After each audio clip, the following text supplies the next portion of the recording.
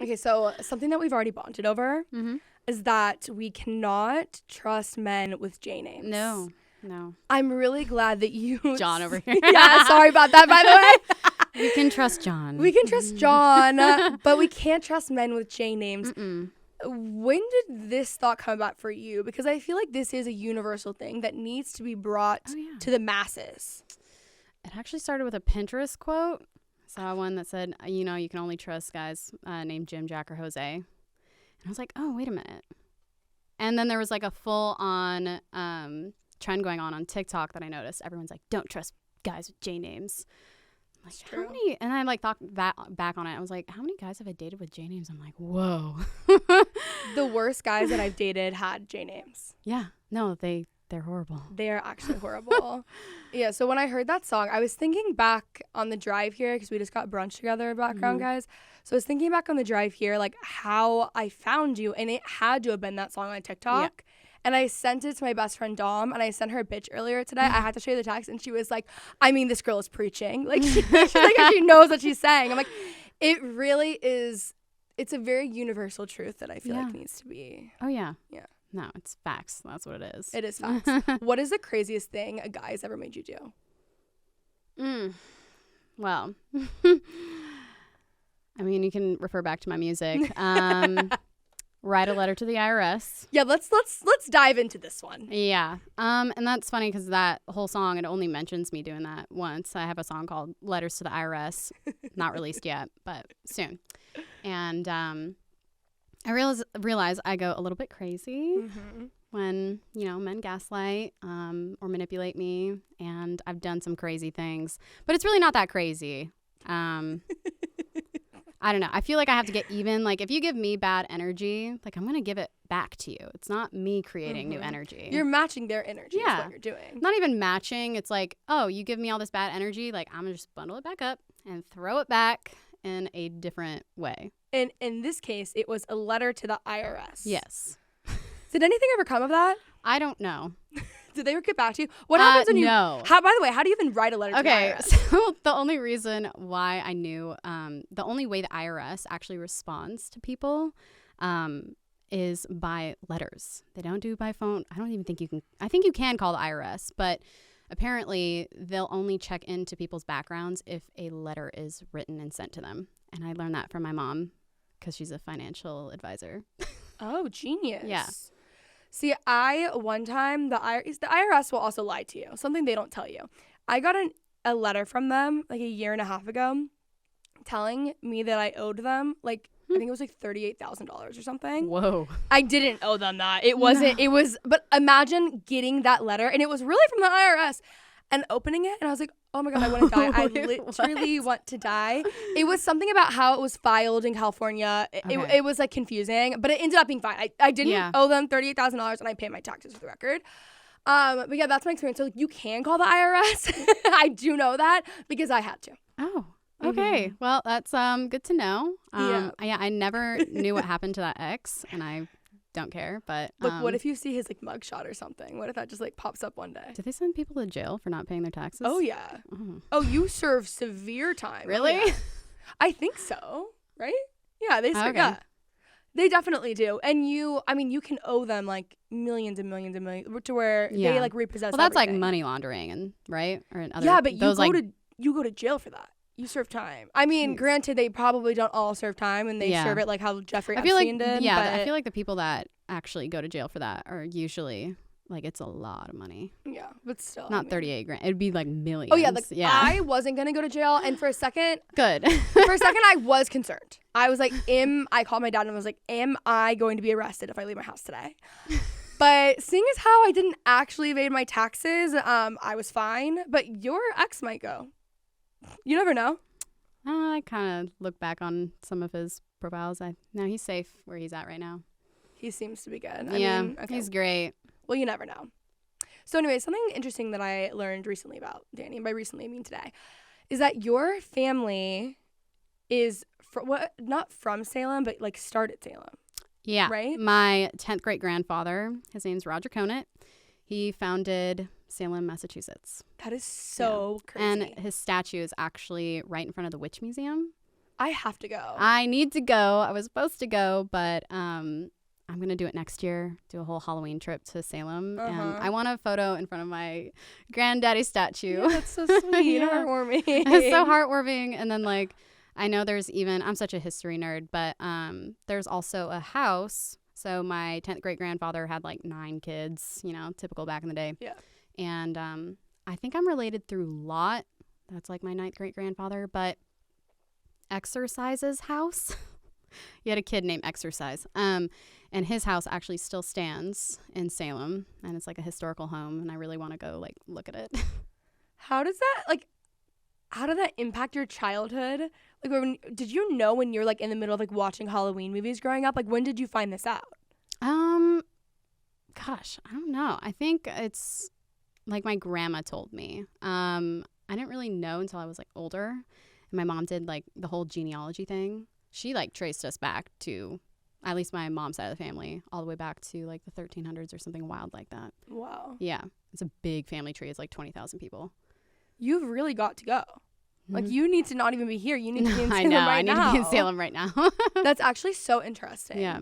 Do you feel like it's like that impacts like your spiritual side? Well, I do know that Roger Conant left Salem by the time the witch trials started. But if you trace it back even farther through that lineage, I'm related to the White Queen of England. She's my 16th great aunt. And my 17th great grandmother, her mom, she went to the Tower of London. Both of them were accused of being witches. Like the Queen of England was literally accused of being a witch. I wish I could show you a picture of her, because I used to joke around and be like, I'm her reincarnation. But it's like things that you say on a first date. Yeah. Yeah. Don't mess with me. But I know there's an entire Stars series and a book, a whole book trilogy, I think, called The White Queen. And that's my 16th great aunt. And yeah, that's my... Do you have any witches in your family? No, but if I were you, I would like literally think I was a shit. I would be like, oh my God, Halloween I did. time? I thought it was so cool. No, seriously, I would tell every kid on that playground that like that's my family. Like any Halloween Town, Hocus Pocus, all of that, I would be like, yeah, like I guess I didn't it's okay. figure this out until, or I didn't realize it until like high school, I think. So yeah. Wasted opportunity. I know. Really, truly. I would have had such a big head. Yeah. Well, I do now kind of about it. I did like a few years ago. Well, you got to make up for lost time. Yeah. I got really into it. I would too. Okay, so I want to talk a little bit about dating. Yes. Our favorite topic. Yeah. How do you feel dating currently in Nashville, even like specifically in the career path that you're in? It's trash. Like, we're swimming around in a trash bin. Isn't the ratio of girls to guys in Nashville already insane? You can kind of see that. And also Nashville is, bachelorette central. I think it's the #1 city for bachelorette parties to come to. So there's already going to be far more women than men. And girls who are only here for the weekends. Yeah. And so, I mean, I almost moved to Alaska. And they have a really big difference, but it's the opposite. So I got to see like the difference in dating scene and how men treat women. I hadn't even thought about that. There's far more men in Alaska than women. And are women. they way nicer? Way nicer. Yeah, because they have to be. They also have a horrible saying in Alaska where it's like, it's not who is she dating, it's when's it my turn. I'm not kidding. That's a thing I heard a lot while in Alaska. Wow. Yeah. But Nashville's like the complete opposite. And the men are just like, they're not very nice. And they have eyes for every bitch. Yeah. Yeah. Has there been one guy that you think has been like a really good guy and it just didn't work out, or is everyone just not the vibe that you have dated personally? I think people can change, but it's gonna. My problem is that I see the potential in men. Oh yeah, you're preaching to the choir. I know. Yeah. Oh yeah. I see their potential, and I'm like, oh, I know what they can be, but right now they're toxic. And, maybe one day they'll change down the line, but it's going to take a very traumatic thing for that to happen to them. You know what's really interesting? And I think about this probably at least once a month. Some of the two of the biggest cliches are people never change and then people change. And it's like, what is the truth? you know? That's so, I feel like people can change. But really though, like you're always deep down going to be who you are, I feel. Yeah. Like I feel like you can, I don't know, whatever you're trying to change about yourself, but like I feel like when it really comes down to it, like you can't really change very rarely. Like there's plenty of examples out there of people like changing and becoming completely different, but it takes time, a lot of time.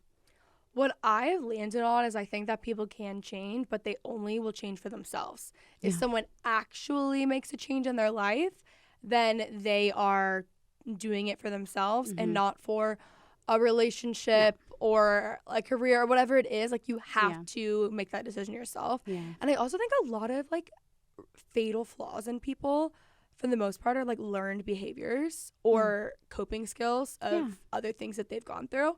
So it's not an easy fix, because a lot of the time it takes a long time to unlearn things and then to also figure out. It takes a long time for someone to be aware of it first. Yes. And that's the other thing we were talking about earlier, is that one, self-awareness is so hard to find. Yeah. And then also finding people who are willing to take accountability. Like, none of us want to take accountability for our wrongs. This last guy I dated, I'm not kidding. In the text that he sent me, the goodbye bitch text, he said that, oh yeah, I could have tried harder, yeah, I could have communicated better, yeah, but I'm not going to take accountability for 95% of this, blah blah blah. That's on you. I'm like, well, you know what? If you actually took accountability for the 5% and did those things, the other 95% never would have happened. Yeah, never would have happened. I never would have, like. Also, there's no accountability when you're only taking accountability for 5%. I don't know. Like, that is actually crazy. Yeah. Just blame me, No, that is wild. Mm-hmm. What are some classic red flags that you like to ignore? Ooh, ones I like to ignore? Just like some of your faves. I try not to ignore them. It's kind of like an energy thing, but I think following women consistently, because I'm gonna check your follower count. I'm gonna check who you're following. Like, if you're seeing me, I want to know who else you're seeing and who else you're interested in. I'm just curious. No, that's normal. If all you're following are women, that's a red flag. And I have ignored that, but like I'm at a point where I'm gonna stop ignoring that, because that is a telltale sign. That to me too is so unattractive. Yeah. And you know what's even more unattractive and more embarrassing? When they're following all of these girls on Instagram and not one girl is following them back. No. At that point, I'm embarrassed that I'm even communicating with you. Yeah. Like, not even you are embarrassed. I am embarrassed. You want to know what's really embarrassing? When they're following your friends and also match with your friends on Hinge. Nothing makes me want to die more than that. Yeah. Or like someone, like they've DM'd them in the past and then you go and it sees like message but there's no message there. Like when you follow someone, that is humiliating. Yeah, I'm not into that at all. I think for me, I did go through a little bit of a phase of ignoring, and this was younger me. This is not me anymore. This is not who I am these days. But I like weirdly went through this phase dating guys who just like literally didn't have jobs. Oh my God. Isn't that why? crazy? No, because they didn't straight up just not have a job. They were like always employed until I started like, and then they were like switching jobs as I started dating them, and they just like never got a job.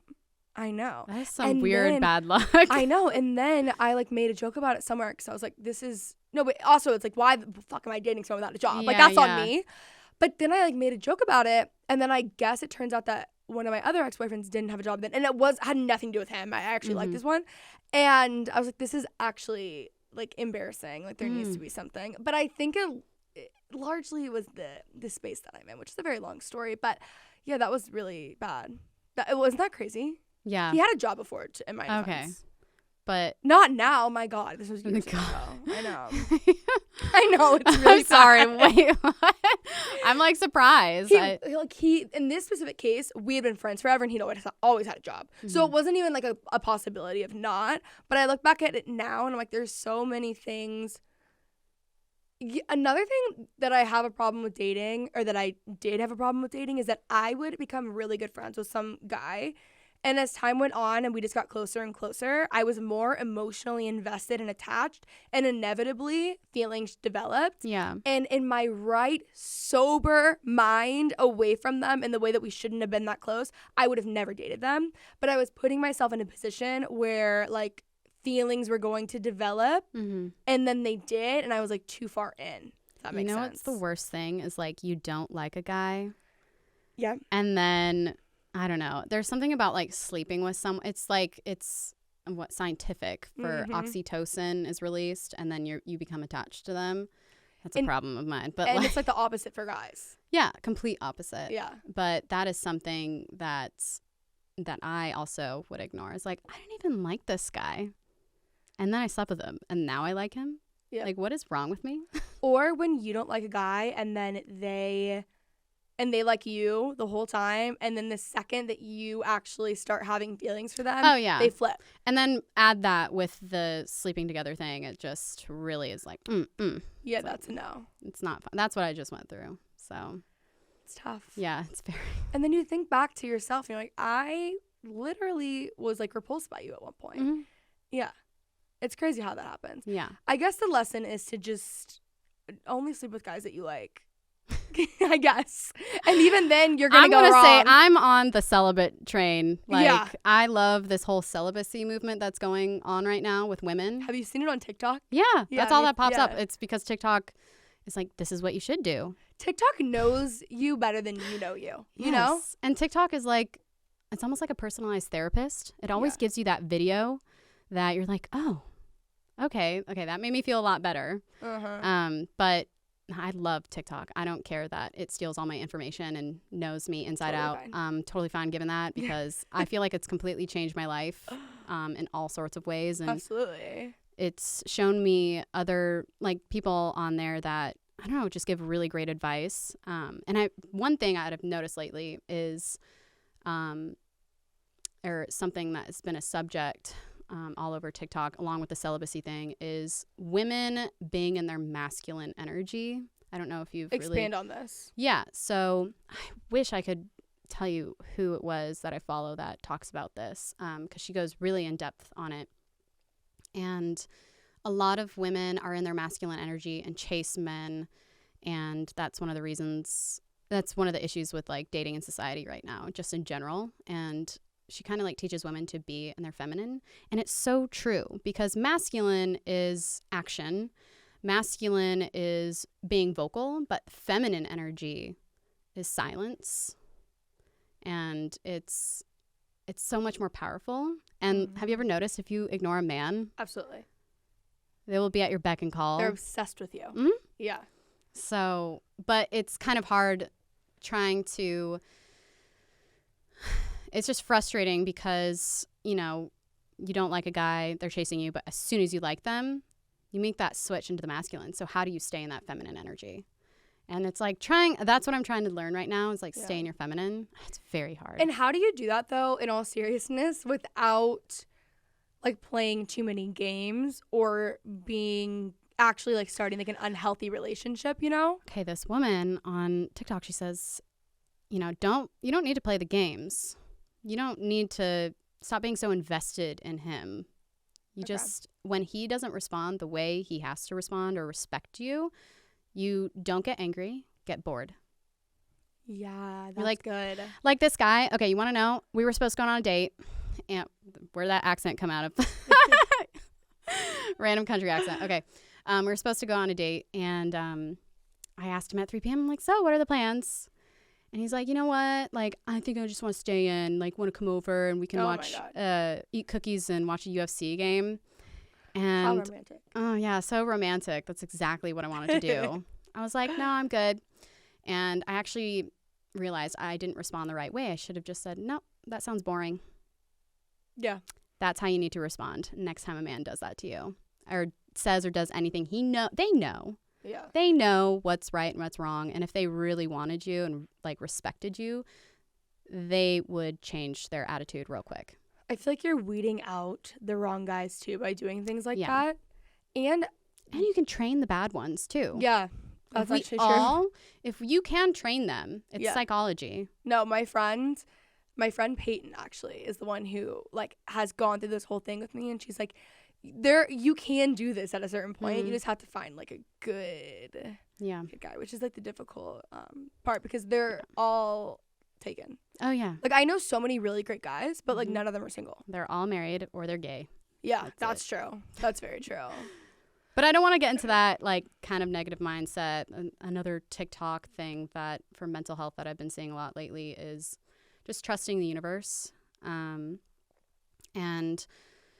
you know, if you believe in good things happening, and if you believe that you got to stop thinking in like this negative scarcity mindset, because that will actually attract more bad men into your life. So you think there are lots of great men out there. Mm-hmm. And they're coming my way. And there are men that will respect me. Men respect me. I love men and men love me. You have to basically like trick your mind, reverse psychology yourself. And then you'll start attracting all the good things, all the good guys. Another thing too is that I at this point would rather be single forever than settle. So I know for a fact that I will meet someone that's great. Like I will end up with someone that's great, because if I don't, and I have made so many mistakes and I will make so many more mistakes, but if I don't end up with someone who's like really, really worth it, I am so fine being alone. Like, I don't think you're gonna end up alone. No, and I don't think so either. But I'm saying that like I would rather be alone than settle. So there's two options, and I obviously will end up with someone. Like I don't actually think that I won't. Yeah. But I'm not doing that again. I think too, when you're like a driven female who has like some sort of success or has some sort of like independence, whether it's like financial or emotionally or whatever it is, and you are a strong, driven female, or if you're in the public eye, that's also, especially in the public eye, that's another layer. It's weird when you're dating someone and you have to date a guy who is very secure in whatever way. But I was saying this earlier too, it's like the reason that the last people I've dated, what they liked so much about me at the beginning is what ended up making them resent me at the end. And it's not like my job to make myself smaller to fit into that, you know what I mean? And if we're just not the right match, that's fine. Like not all of them. I've actually dated some really great guys. We're just not right for each other. But it is difficult finding a secure man, which honestly, like at the same time, guys, like society tells the man that they have to, you know what I mean? So it's like there's added layers to the issue, but it is really difficult, and I can't even imagine being a female country singer, how hard that is. Just having, I don't know, I feel like with social media too, because, you know, I have, like I told you before, I put out kind of like an outward persona, but that's not who I am. And what do you think the differences are? It's more like extroverted, more outspoken version of me. Like personally, I'm quite introverted.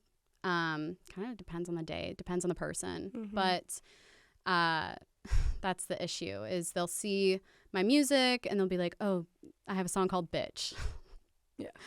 I have songs, man-hater songs. Songs, oh my gosh. And I don't want them to think like I hate all men. And that's, I don't know, it's just something I would prefer like the next person I date to just not have social media, or at least just not be on it. That is the most attractive quality in someone. Oh yeah, it really is. That is the biggest green flag. Yeah. And I hope to find no, not hope. I will find that man one day. Yeah. It's on the non-negotiable list for sure. How many points do you have on your non-negotiable list? How many am I? Like 173. It's probably like 50 or 70. Like I was very detailed. What about you? I don't think I have that many. I just made a new one. Okay. But this is the issue with me, is that I feel like sometimes I have some patterns in my life where sometimes I get too tunnel visioned on certain things, and I miss what I was supposed to get out of that. Okay. Or, you know what, you get it. Like I get too tunnel vision. And so I think that I know what I want, but then it's like I'm 25. I don't know what I want. You know what I mean? I'm young. Like I feel like you don't ever really, really know. You're just always guessing, you know? So I have my non-negotiable list, and it probably has like 30 or 40, I would say. It's higher up there. Mine has changed over the last like few years. So. Okay, so it's okay to change it. Oh yeah. Okay. There's like this email. You can send a future email. I don't know if you've ever done that. that. I've heard of this. Yeah. Yeah. I have like future emails I'll write to myself and like asking my future self like, oh, did you end up with a guy like this? And I'm like, I can't remember what I wrote, but I'm pretty sure they've kind of changed a little bit. But it just changes with experience and, you know, dating more. Yeah. One of my friends described her boyfriend as aloof. And I was like, that's actually a really good quality as a guy. Because not aloof in the sense towards her. Okay. But I was like worried for a second. Not towards her, but like in life, almost socially. So it's not, she's like, there's not even... She's like, I don't even know how to describe it. It's not even like, nothing is ever even a question to me. Okay. Because he's so to everything else. Not towards her. He's like, great towards her. Okay, cool. But I was like, that's actually a really good idea. It's a good quality. Yeah. You know? I've never even thought about that.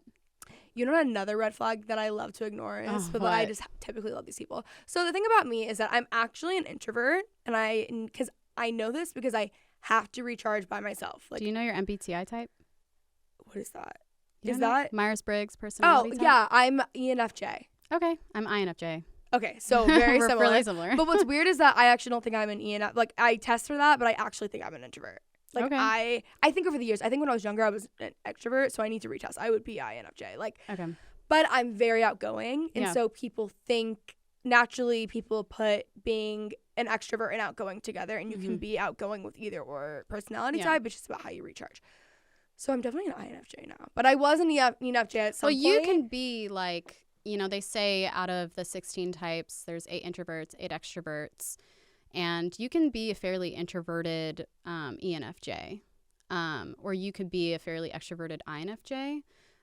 It can like change. Because I used to be super extroverted as a teenager. Yeah. But like your base personality like doesn't really change. But I've met quite a few ENFJs, and some were far more extroverted than other ones, and some were like way more introverted. But I feel like it's more of like the cycles of life too. Like you go through things and you become more introverted or extroverted depending on what's going on. Like I used to have major social anxiety to the point where I was like a hermit in college. Like how do you feel like you grew out of that, if you did? So I was kind of like late in the game. I was really confused in life. I didn't know where I was going. And then that breakup with an ex kind of set me off. And I realized, I mean, I would be scared to go to a grocery store and I would wonder if like the checkout person was judging like what I was buying. Like that level. Yeah, it was really weird looking back on that. I used to get blush in my face and my chest would break out in like a rash. I would get really nervous. And so I watched The Voice or something and I was like, wow, I miss singing. It's been so long. And like that, the next day I got a vocal coach and started singing and performing again. And I'm at business. Yeah, I'm at business. And then I started writing. And then, I mean, that's kind of how I got to Nashville. And it kind of started with breakup. Oh, yeah. Yeah. I say this all the time, but I think breakups always end up being such a good opportunity for growth. But at least for only women. Like for girls only. Girls only. No, but I think one of my bigger breakups was, honest to God, the best thing that ever happened to me. And it made me obviously not become, listen, if I was musically talented, everyone would fucking know. Because I would be like, I'm a country star. Like that is my only option. So unfortunately I wasn't signing up for vocal lessons, even though I need them. But it pushed me in the direction of like the life that I'm in now, because I was so comfortable and so much of my energy, I'm talking, I would say this relationship specifically like was all about this person, and it was all, and that was on me too. Like, I was so focused. I was young. When you're a young woman, it's something I've noticed. Like we put when I was younger, I look back on my old self and like I put all of my energy. Yes. Into this relationship with a man. Like I didn't focus on myself at all. And I think I lost a lot of myself. And that's what I feel like a lot of women we can all relate. We've all been through that. Yes. I mean, that's just, It was also like hard for me to admit that, I think, even just to myself, because I was so like, I started working really young. I've been independent for so long. Like I've always been like a pretty like strong female. So the fact that like I really lost myself, it wasn't just in this relationship. There was a few other things, but I felt like I wasn't doing things like for me at the end of the day. It was always like someone else was involved. So a lot of that is like on me, obviously. And when we broke up, I was so, it was the best thing that ever happened to me. And it pushed me, like I went back and I like reconnected with all of my friends that, I mean, I had moved too. So like I didn't isolate myself fully from friends, but I just moved back. So I reconnected or I made a lot of new friends. And then just career-wise, it was great. And I started doing things like just for me, because after that breakup, I was like, I really don't know who I am. But it wasn't because of the breakup only. It was like there were so many aspects of my life that I was changing at once. And I got to the point where like for the first time in my life, as someone who was like so stubborn, like, no, I know what I want, whatever, I was like, who the fuck am I? Like I was so confused. But the breakup really was like the first thing that changed in my life, that made me change every other thing. That was the best thing that ever happened to me. I think every great journey begins with something horrible happening. That's true. It's all uphill from there. But that's what life is. It's just the hero's journey, figuring it all out. If someone is going through a bad breakup or a bad like situationship or something, what is the pep let's talk? get honest, it's mostly just situationships. Yeah, that's true. So I'm like, okay, so they're hooking up. Okay, yeah. And he sucks. What is the pep talk that you would give them? Because I was telling you this earlier, your music just makes me like proud to be a woman. Like it makes me feel so unified with the girls. Empowered. That's the perfect word for it. Very confident. I listened to mine. I mean, I was listening to Jim Jacker Jose the other day. And I was listening to it on the way here. Because it was the last guy. I'm like, yep, his name started with a J. Gotta listen to my own advice. Yes. So what is the pep talk that you would give these girls who just really need it? Or the one you would have given yourself a few years ago? Oh, my gosh. Or even now. Even now? My pep talk now is... if a man wanted to, he would. I mean, it's as simple as that. Honestly, if anyone wanted to, they would. If someone's not matching your energy, walk away. Take your dignity with you. And trust me, you will not regret it. I have never regretted doing that. And say what you feel. And it's okay to feel how you feel. You might feel crazy. Hell, I feel crazy all the time. I mean, most of my music, people think I'm crazy. Especially for the things I do, but I don't know. I feel like a lot of times men do this and say this and have said to me in the past, like, why are you being so crazy? Or, you haven't known him long enough to feel this way. It's like, no, you're perfectly entitled to your feelings and it's okay. All right. You can feel crazy and you can feel attached to someone, even if you've only known them for a few weeks. I know. And they even say like situationships generally are much harder to get over than actual relationships because you're only thinking about the what if potentials. Yes. But my pep talk is just, you just need to manifest the perfect person and wait for them and let it go. And that's the hardest thing. Letting it go and trusting the universe. Also, they always come back. Yeah. No, it doesn't matter what you do. They will always come back. Except maybe like cheating on them. I don't know if that one. Yeah, true. But typically, hopefully you're in a place where you no longer want them by the time they come back. Oh, like, yeah. That's normally when it happens. Yeah. So don't sit around. Something I was going to say, though, is that it's very interesting because I have found for myself personally, the relationships that were shorter or situationships that were shorter in my life affected me more emotionally, like were harder for me to get over than guys I dated for like 2 years. Yeah. Because I think there's a few reasons to that. When you date someone for 2 years, you've already dated them. You know it's not going to work. Yeah. Even though that's painful and you have to say goodbye to someone that you spent so much of your life with or like you're close to, that sucks. But with someone that you've not been with that long, it feels like you never got the chance to like prove actually that explore it and actually know whether or not you would work out. So it feels like a missed opportunity. And then you get in your head in this cycle. It's a negative cycle. I've been through it. All I've been in are situationships the last couple of years. Amazon trial periods, I call them. And so, you just get in that negative cycle of just thinking, like, what if? And you got to get out of it and stop thinking, what if negatively? How about, what if I meet my actual soulmate tomorrow? Yeah. Instead of thinking, like, oh, what if, like, you can't, like you said, you can't wait around for a man. Like, he'll come back eventually, but by the time he does, you're not going to want him. No, he definitely won't. No, never. I think what I always think too when I'm in experiences like this, granted, I have taken myself so far out of the dating scene that I actually like don't even know how to text a guy back.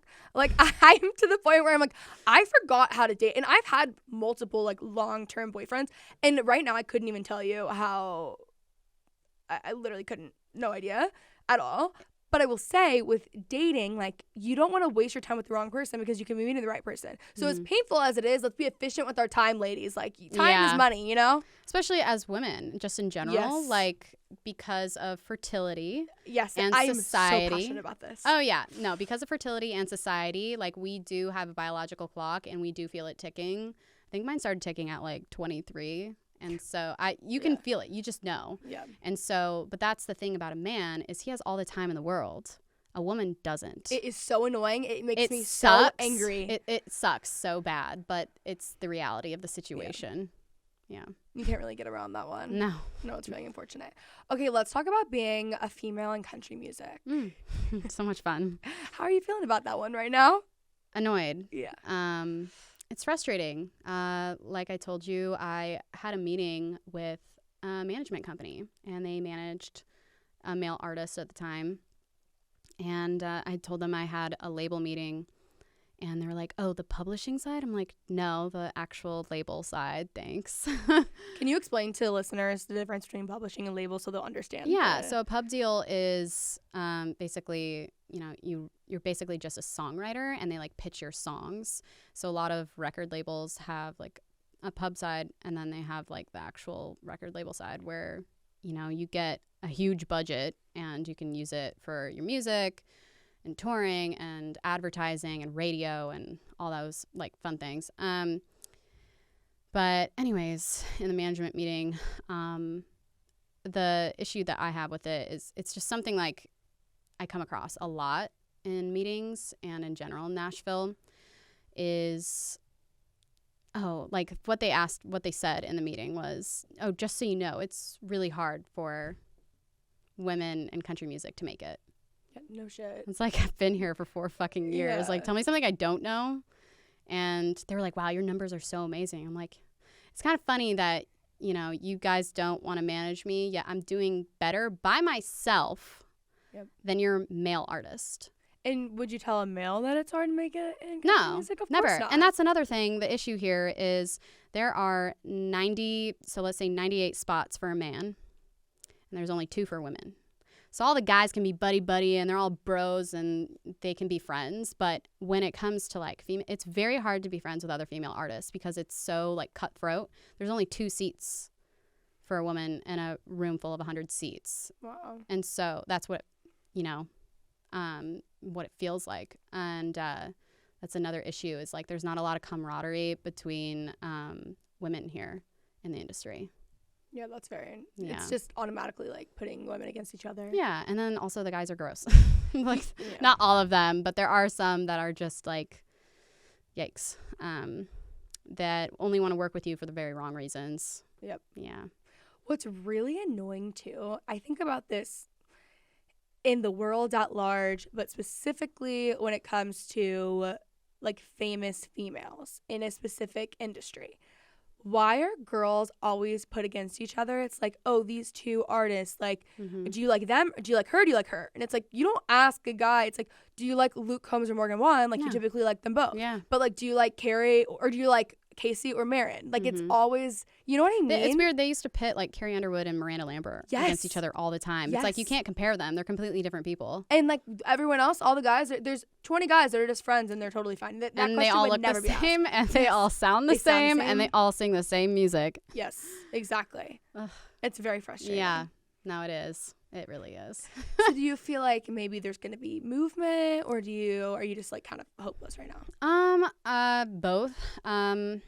It's just frustrating because I have proven myself like time and time again, and it still isn't good enough to whoever's running the industry.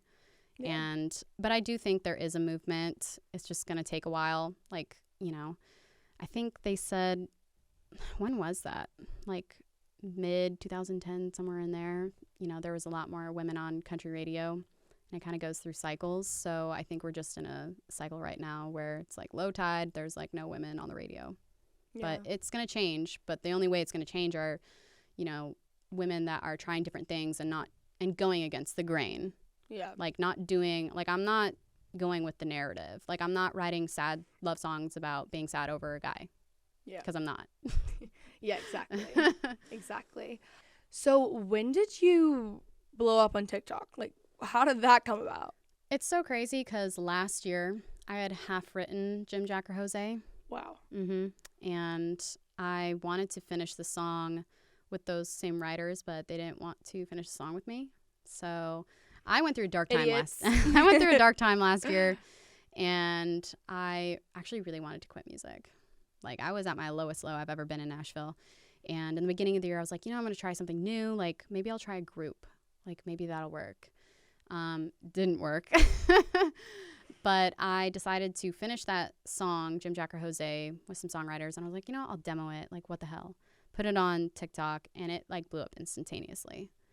And so, yeah, that blew up. And then a label was interested. I have no idea. That's all weird. But they were like, oh, what other songs do you have? I had nothing written. Nothing that was like up to par with Jim Jack or Jose. So for 2 weeks in May, I wrote like so many songs, and I had a bunch of them demoed, and then I put out Bitch, and then Bitch went viral. And yeah, so that's kind of how that's all happened. Yeah, it's been a very long time coming. It's because you're saying what everyone's thinking. Yeah. Or really feels. It's more raw. It's not in this way that like a woman has to put herself in a box. And listen, if you are a woman and you feel that way, the other way, that's fine. You are entitled to that. But you're not putting yourself in the box that like society says women have to be in. Nope.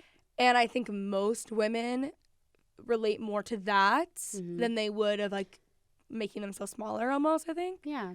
I think my music is very unapologetic, and I think a lot of people can relate to that. And I think there's not enough music out there where it's very empowering. A lot of it is more like sad. Like I feel there are so many stages of grief after a breakup of a situationship, whatever, or relationship. And there's not enough music in certain stages, like the anger stage. There's not enough country music like that before he cheats vibe. Yeah. The, back in the day, Miranda Lambert, like Kerosene. There's not enough of that right now. And so that's where I'm trying to write stuff like that and relate to people. The thing that's so weird is that music did so well too. Yeah. So why, you know what I mean? It's weird how it just changes. Yeah. It's just how the industry goes. And because of TikTok and social media right now, the country industry has changed so much, and it doesn't really stand anywhere. It doesn't know where it stands. Yeah. It's kind of just like in an ocean right now and diluted and confused. If you are listening to this and you like the song Before He Cheats, you will love Dani's music. Like it's so fucking good. Like it is sweet. amazing. Thank you. Well, anyways, thank you for coming on the show. I won't keep you here for forever. having me. Had a great morning with you today. Yeah, it was awesome. So good. I enjoyed it. So where can they find you? Oh yeah. Y'all can find me on TikTok, Instagram, Twitter, wherever you are on social media. My handle is Dani Taylor Music, Dani Taylor Music. And wherever you listen to music, it's just Dani Taylor. Yeah. She's a great TikTok follow, so definitely follow. Thanks. Thank you. All right, guys, I hope you enjoyed. If you did, let me know by giving it a nice thumbs up and subscribe for more.